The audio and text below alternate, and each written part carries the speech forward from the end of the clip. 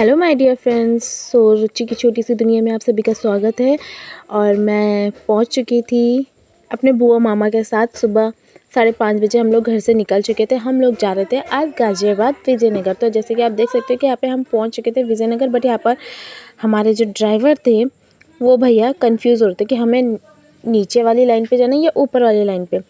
फिर भी पूछते हम लोग चले गए, लेकिन पर हम जिस रोड पे गए चलते गए आगे जाके पता चला कि हम लोग गलत रोड पे जा रहे हैं।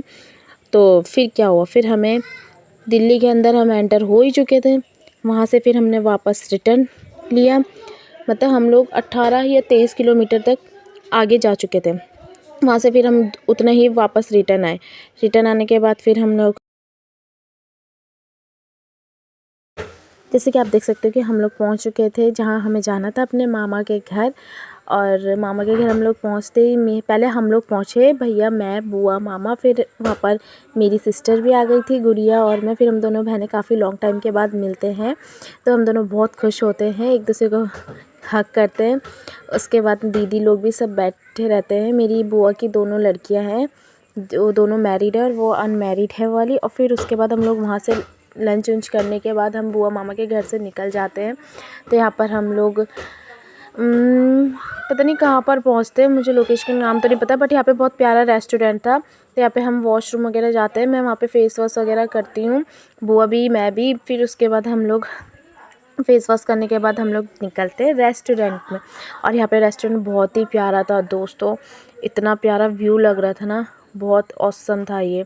फिर हम लोग यहाँ पे पहुँचते ही भैया बोलते, रुचि क्या खाएगी? मैं बोलती, भैया जो आपका मन कर रहा है वो मंगा दो। भैया बोलते कि नहीं, आप तुम बोलो कि क्या मंगाना है। तो मैंने बोला भैया ठीक है, मेरे लिए चाउमीन मंगा दो। तो सब भैया ने भी चाउमीन ही मंगाई अपने लिए।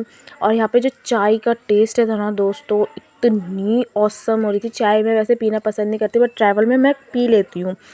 बहुत ऑसम थी चाय और चाउमीन भी। फिर नाइट में हम लोग निकल जाते हैं।